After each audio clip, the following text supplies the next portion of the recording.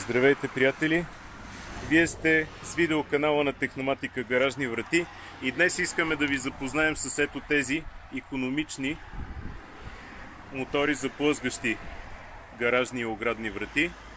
Мотора се казва ETA 24400. Това означава, че работи на 24 волта, нисковолтов, с Obstacle Detection и всички останали преимущества на нисковолтовата технология. 400 означава, че е за врати до към 4 метра, до към 400 кг. Може да движи и 6 метрови врати, разбира се, но те трябва да са по-леки от 400 кг. Така, всъщност днешното видео представлява не толкова запознаване с модела, колкото един експеримент, който трябва да проведем. Тези мотори се предлагат в две разновидности. Едната разновидност е с голям трансформатор, от който мотора директно може да работи, и малка батерия за няколко отваряния, когато няма ток.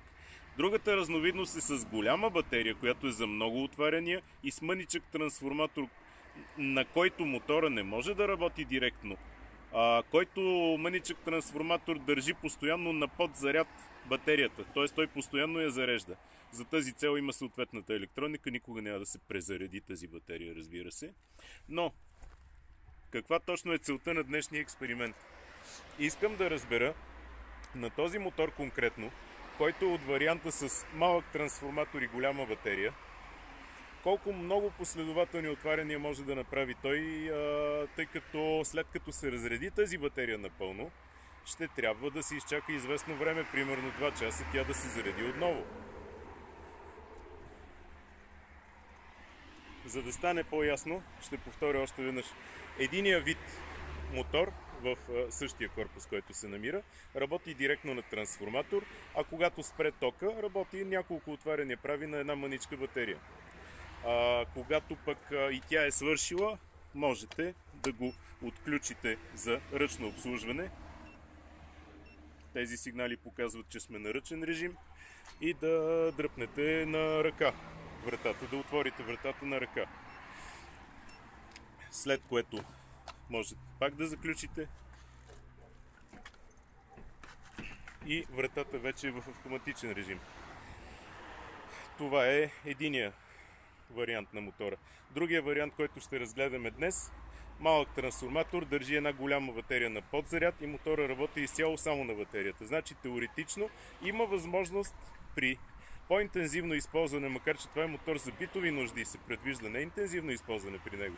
Но ако недобросъвестен клиент го монтира на врата за обществени нужди с по-интензивно използване, с многократно отваряне на ден и с доста често отваряне в пиковите моменти, аз съм длъжен да проверя, за да знае колко пъти последователно може тя да отвори на трансформатор. Така че експеримента започва. Да започнем експеримента. В момента акумулатор е напълно зареден. Цяла сутрин не сме пипали мотора, нарочно не сме го отваряли и затваряли. Аз ще си взема дистанционното. Ето с какви дистанционни работи това нещо. И започваме да броим. Вратата, която отваряме и затваряме последователно с цел провеждане на този експеримент, е с ширина 3,50. Значи броим колко пъти ще отворим и затворим последователно преди да падне батерията тази врата с размер 3,50. Ако ще движим по-голяма врата, съответно трябва да пресметнем броя отваряния. Хубавото при това моторче, чието девиз е Safe and Save, т.е. сигурност и спестовност.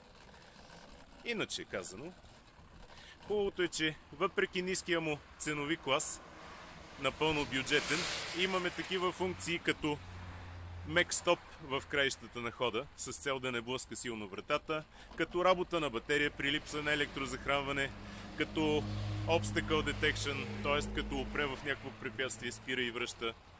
Аз дори сега ще го демонстрирам това нещо.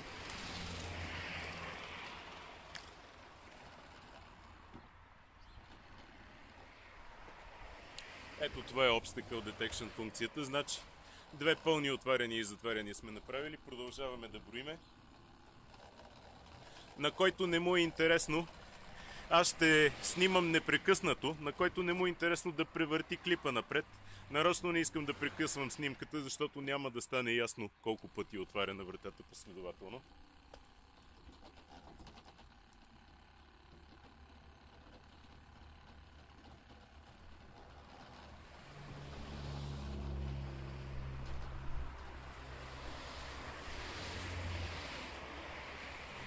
До тук 3 пълни последователни отваряния.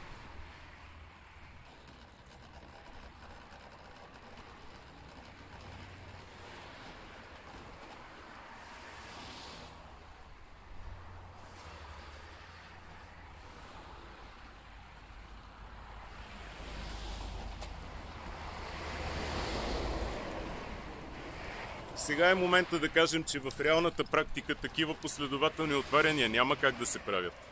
Още по-малко на битови и не натоварени обществени обекти, за каквито е предвиден този мотор.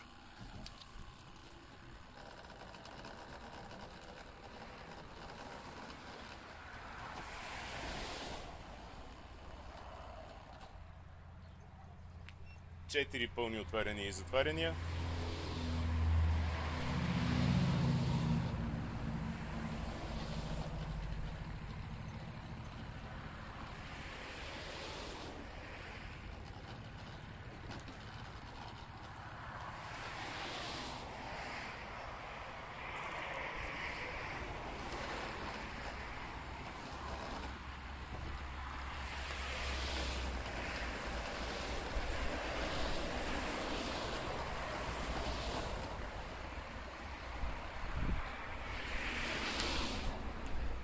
Пет пълни отваряния и затваряния.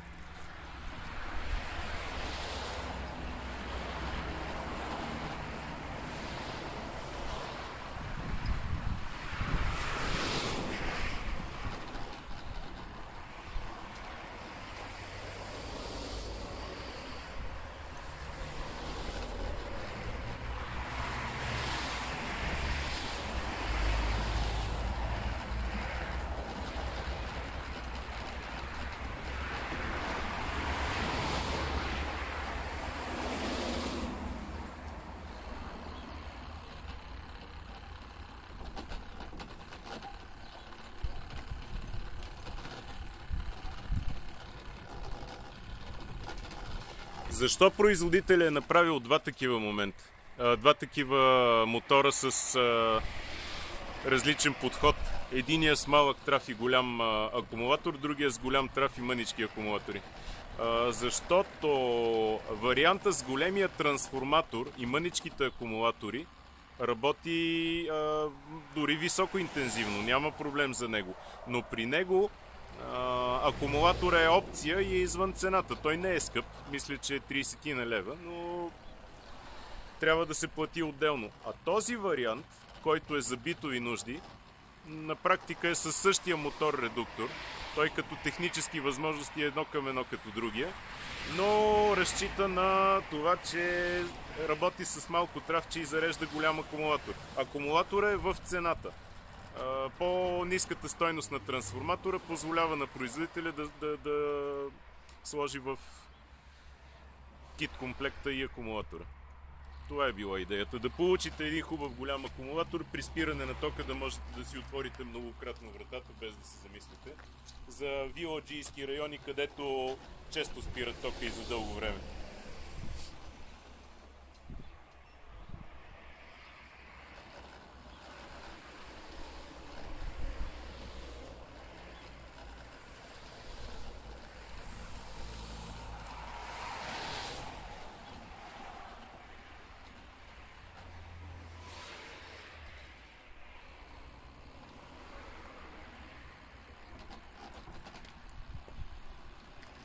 В видеото ще сложа номерация на броя на отварянията.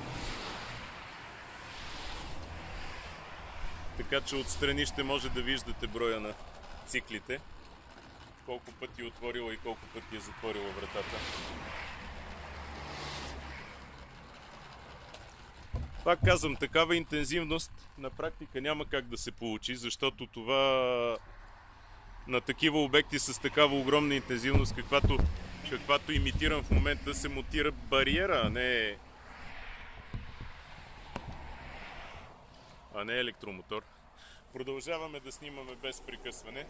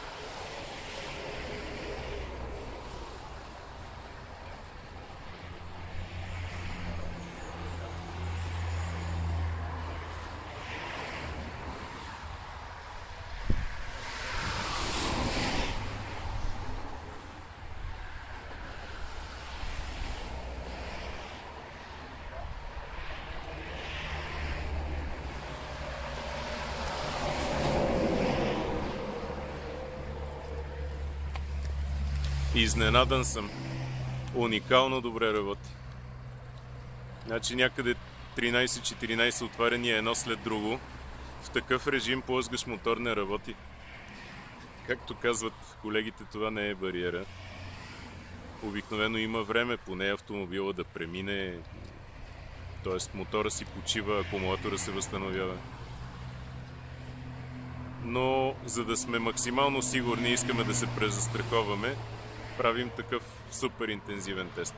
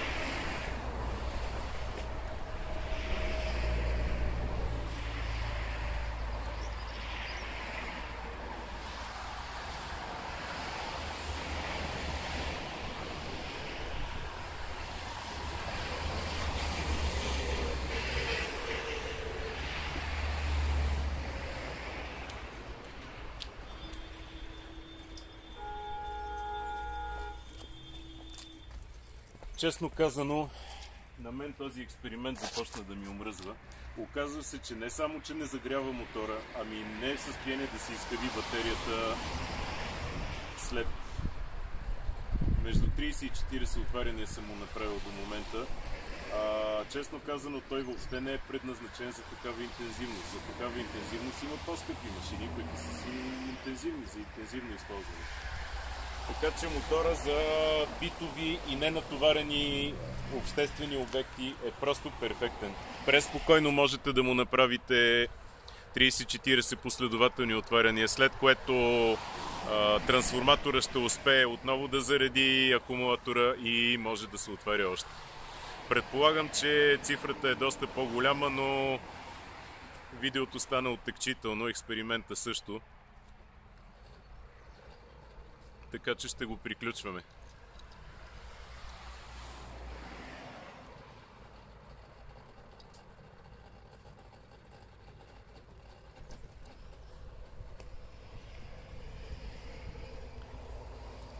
Мисля, че изводите са ясни. Акумулатор издържа много отваряния. Зареждането на разреден акумулатор става за около 2 часа, 2 часа и половина. За битови обекти по принцип честотата на отваряне не е повече от 20 отваряния на 24 часа. За нискоинтензивни обществени обекти като офисна фирма или двор, паркинг, нещо от този род, отваряния се предвиждат до 50 на отваряния на 24 часа. Значи за такива обекти въобще не стои въпроса с това ще стигне ли батерията, ще трябва ли след това да я чакаме да се зареди, няма такъв проблем изобщо. Батерията е предостатъчна. Мотора определено консумира много малко енергия и може да работи много пъти с добре заредена батерия. На практика на ползвателя никога няма да му се наложи да чака до зареждане на батерията. Това е извода. Благодаря ви за вниманието. Ще се видим в следващото видео.